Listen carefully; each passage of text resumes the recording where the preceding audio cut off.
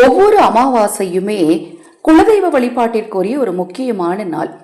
ஒரு வீட்டில் குலதெய்வம் வீற்றிருக்கக்கூடிய இடம் அந்த வீட்டுடைய நிலைவாசல் தான். இந்த பங்குனி அமாவாசை நாளில் முன்னோர் சாபம் நீங்குவதற்கும் முன்னோர்களின் பரிபூர்ண அருளை பெறுவதற்கும் குலதெய்வம் உங்கள் வீட்டில் நிரந்தரமாக குடியிருக்க உங்க வீட்டு நிலைவாசல்ல இந்த பொருளை வைங்க. பங்குனி அமாவாசை நாளில் அதை போல இறந்தவர்களுக்கு முறையாக திதி தர்ப்பணம் கொடுக்குறவங்க தவறாமல் திதி தர்ப்பணம் கொடுங்க. அந்த நாளில் காகத்திற்கு, பசுவிற்கு, அதே போல் நாய்க்கு, குளத்தில் இருக்கக்கூடிய மீன்களுக்கெல்லாம் நீங்கள் உணவளிக்கும் போது ஜென்ம பாவமே நீங்கும் அப்படின்னு சொல்லப்படுதுங்க. நம்ம சேனலில் நான் போடக்கூடிய பதிவுகளில் உங்களுக்கு சந்தேகம் இருந்தாலும், பூஜை பொருட்கள் உங்களுக்கு தேவைப்பட்டாலும், உங்கள் தனிப்பட்ட பிரச்சனைகள் எதுவாக இருந்தாலும் சரி, அந்த பிரச்சனைகளுக்கு ஏற்ற முறையான பரிகாரங்கள் செய்து கொள்ள விரும்பினாலும், அக்ஷயபாத்திரம் உணவளிக்கும் திட்டத்தின் மூலம் ஆதரவற்ற ஏழை குழந்தைகளுக்கும் முதியவர்களுக்கும் உணவளிக்க விரும்பினாலும் 9344692042 இந்த வாட்ஸ்அப் எண்ணுக்கு தொடர்பு கொள்ளுங்க. இந்த வருடம் பங்குனி அமாவாசை ஆனது 18/3/2026 பங்குனி 4ஆம் நாள் புதன்கிழமையில வருது. அதாவது நாளைய தினம். நீங்கள் காலை எழுந்ததும் செய்யுங்க. இல்லைங்க நான் மறந்துட்டேன், வழிபாடு செய்யும்போது செஞ்சுக்கலாமா?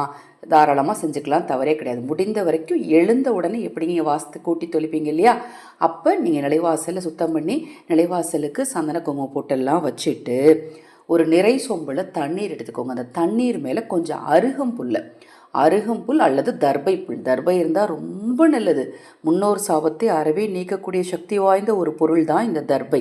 தர்பை இல்லாத பட்சத்தில் சிறிதளவு அருகம்புல் அந்த தண்ணிக்குள்ளே போட்டு உங்களுடைய நிலைவாசலுடைய வலது புறத்தில் வைக்கணும்.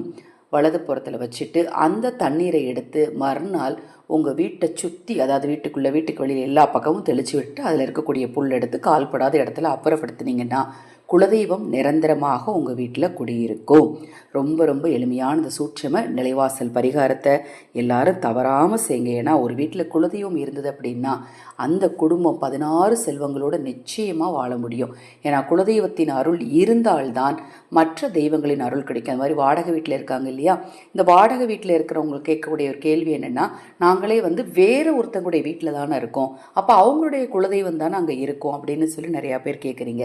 கண்டிப்பாக கிடையாது. யார் இருக்கீங்களோ அவங்களுடைய குலதெய்வம் உங்கள் கூடவே நீங்கள் இருக்கக்கூடிய வீட்டு நிலைவாசலில் இருக்கும். அதனால் வாடகை வீடு தானே அப்படின்னு சொல்லி இருக்காமல் நிலைவாசல் பூஜையை தவறாமல் அமாவாசை, பௌர்ணமி, வெள்ளிக்கிழமை நாளில் செய்யுங்க.